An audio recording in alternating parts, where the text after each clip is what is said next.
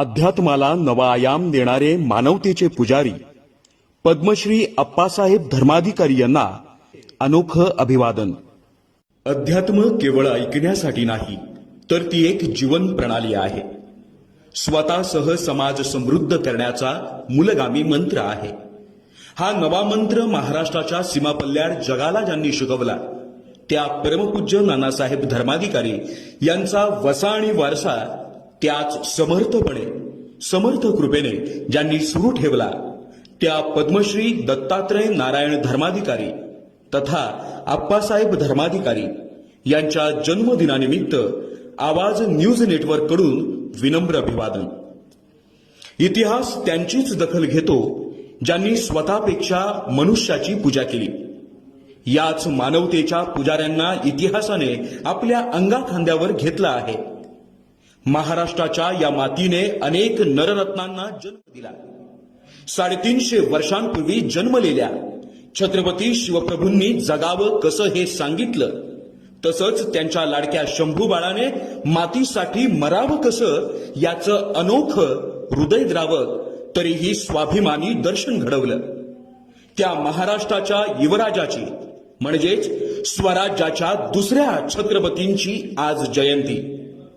याच दिवशी म्हणजे तब्बल 289 वर्षांनी स्वराज्याच्या रायगड राजधानी नजीक रेवदंडा येथे नानासाहेब धर्माधिकारी आणि शारदाताई धर्माधिकारी यांच्या पावन कुशीत 14 मे 1946 रोजी अप्पासाहेबांचा जन्म झाला। 350 वर्षांपूर्वी अन्यायी जुलमी आक्रमकांनी ग्रासलेल्या महाराष्ट्राला तलवारीच्या पात्याने महाराजांनी स्वाभिमानाचा शिवधर्म शिकवला आणि आताच्या भौतिक सुखांनी विकृतीकडे झुकलेल्या महाराष्ट्राला नानासाहेबांनी आचरणाचा अध्यात्म शिकवला। संत श्रेष्ठ रामदास स्वामींच्या दासबोधाच्या निरूपणाने 7 श्री सदस्यांच्या माध्यमातून सुरू केलेला हा बैठकीचा ज्ञान यज्ञ उणीपुरी 500 वर्ष महाराष्ट्राचं प्रबोधन आणि संस्कृतीचं संवर्धन करत आहे। लाखो भक्तांना आत्मज्ञानाचे बाळकडू पाजणारे परमपूज्य नानासाहेब धर्माधिकारी कालवश झाले। त्यांचा हा भव्य दिव्य वसा आणि वारसा अप्पासाहेबांनी अगदी समर्थपणे चालवला। त्यांनी ही रामदासी बैठक केवळ बैठक ठेवली नाही, तर तिला सामाजिक चळवळीचा मुकुट चढवला। मन स्वच्छ करणारी बैठक समाज, गाव, महाराष्ट्राची जळमट साफ करू लागली। अप्पासाहेबांनी बैठक परिवाराला रस्त्यावर उतरवलं। वसुंधरेचं बकाल आणि बोडकं रूप पाहून लाखो श्री सदस्यांनी वृक्षारोपण आणि वनसंवर्धनाचा कार्यक्रम असा राबवला की शासनालाही लाज वाटावी। असंख्य घरातून निघणारा हातभट्टीचा धूर कधी गायब झाला आणि सुखी संसाराचा सूर कधी जुळला हे कळलंच नाही।